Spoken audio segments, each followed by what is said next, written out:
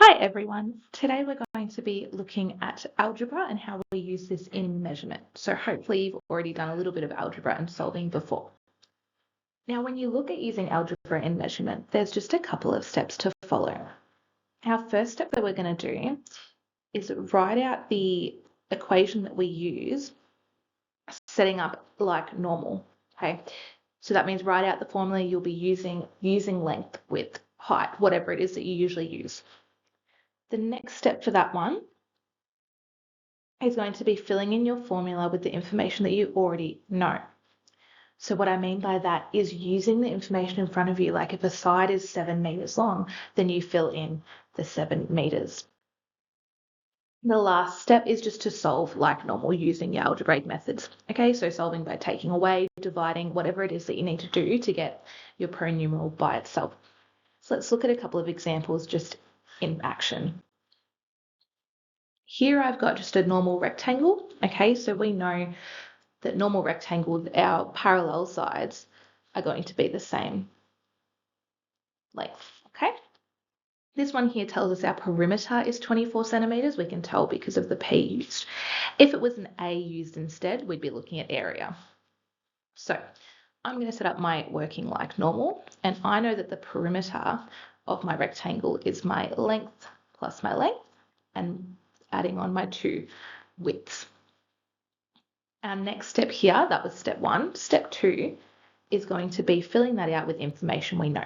So we know our perimeter is 24, so I would write in 24. We know our lengths here are 7 and 7, and that our widths are both x. Okay? Now we're going to solve this and simplify this like normal. I'm going to start by collecting some like terms on that right-hand side. I've got 7 plus 7 gives me 14, and I've got 2 x's. Our next step then here would be to subtract 14 from both sides, giving us 10 equals 2x, and then dividing by 2 on both sides. So I'm going to end up with x equals 5, and just remembering our units here are going to be centimeters. For this next example, feel free to pause it if you want to give it a go by yourself. We're going to look at what information we know. This is once again perimeter. I've got my 2 side lengths. I'm going to call these side plus side and then base. Okay, I'm only calling these both side because they're the same length, whereas you could give these all different letters if you needed to. I'm now going to fill in with the information that I know once again. So I've got a perimeter of 38 meters.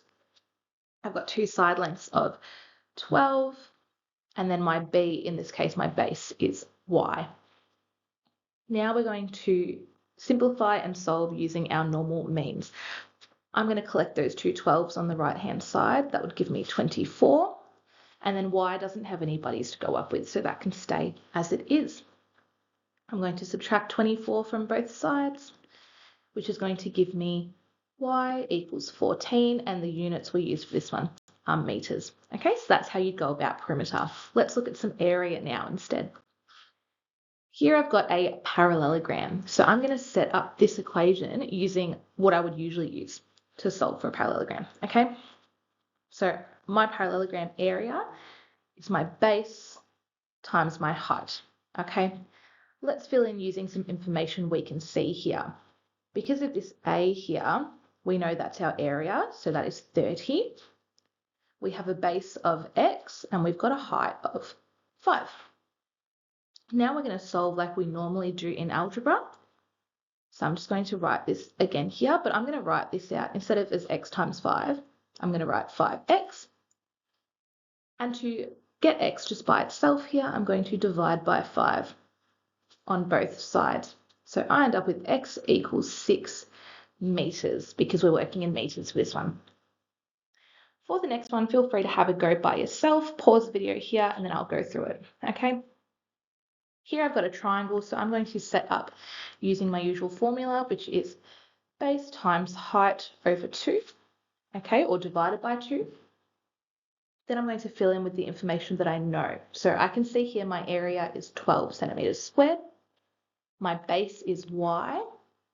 My height is 4, and I'm going to leave that over 2. Okay, now let's solve as per usual. I'm going to rewrite this, but instead of y times 4, I'm going to write 4y over 2. To get rid of that fraction, I'm going to multiply by the denominator. So that's going to be 12 times 2 gives me 24 is equal to 4y. And then to get y by itself, I'm going to divide by 4 on both sides. So I have now ended up with y equals 6 centimeters. And if you wanted to check if that was right, you can always sub it back in to see if you get the same area.